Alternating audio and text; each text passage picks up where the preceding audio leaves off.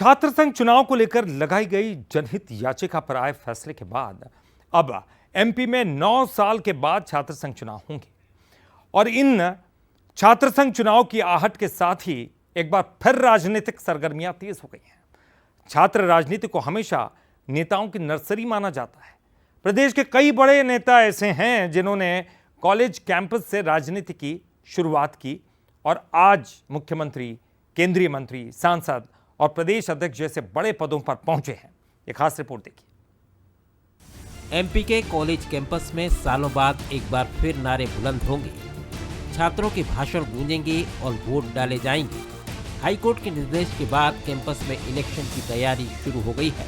सरकार ने हाईकोर्ट को आश्वासन दिया है कि सितंबर के महीने में 10 दिनों के भीतर चुनाव प्रक्रिया पूरी कर ली जाएगी। छात्र संघ चुनाव कराने को लेकर याचिका एबीपी की ओर से दायर की गई थी। करीब 9 साल बाद छात्र संघ चुनाव होने से कॉलेज परिसरों में एक बार फिर लोकतंत्र की रौनक लौटने जा रही है। देखिए, माननीय उच्च न्यायालय ने अभी एक जनहित याचिका के संदर्भ में एक फैसला सुनाते हुए सरकार से कहा है कि शीघ्र अकादमिक कैलेंडर के आधार पर मध्य प्रदेश के अंदर छात्र संघ चुनाव को पुनः बहाल किया जाए। अभी हमने सरकार से मांग करी, चूंकि न्यायालय के फैसले के बाद गेंद अभी सरकार के पाले में। विद्यार्थी परिषद ने सरकार से डिमांड करी है कि न्यायालय के फैसले के आधार पर और जो विद्यार्थी परिषद लंबे समय से प्रत्यक्ष छात्र संघ चुनाव की मांग इस मध्य प्रदेश के अंदर कर रही है, किसी ने छात्रों की सुध न लेते हुए ये छात्र संघ चुनाव पर बैन लगा के रखा। ये छात्र संघ चुनाव पुनः ये सरकार को प्रारंभ करने चाहिए। इधर एनएसयूआई का आरोप है कि सरकार नहीं चाहती कि देश में नए युवाओं की एंट्री राजनीति में हो, क्योंकि अब सरकार जेन जी को आगे बढ़ते नहीं देखना चाहती। लेकिन हाईकोर्ट के फैसले का पालन करना होगा।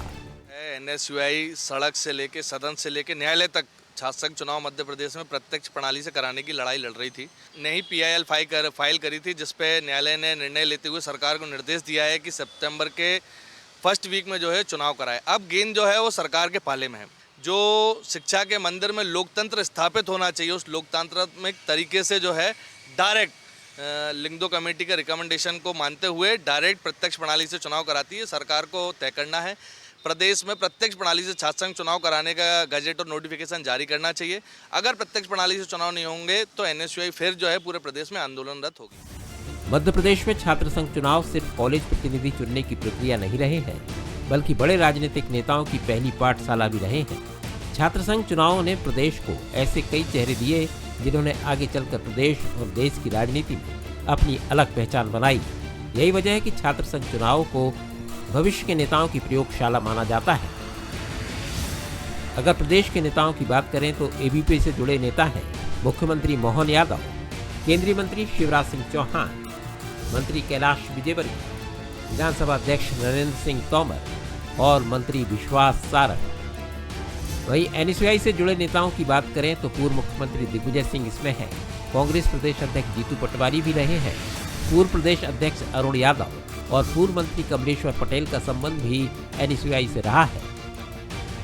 जाहिर है एक बार फिर राजनीतिक दलों की नजर सिर्फ कॉलेज कैंपस पर नहीं, बल्कि उन चेहरों पर भी है जो आने वाले सालों में प्रदेश की राजनीति की दिशा तय कर सकते हैं। ऐसे में छात्र संघ चुनाव केवल छात्र प्रतिनिधि का चुनाव नहीं, बल्कि भविष्य की राजनीति की नींव भी माने जाएंगे। सूरज शर्मा, बंसल न्यूज, भोपाल।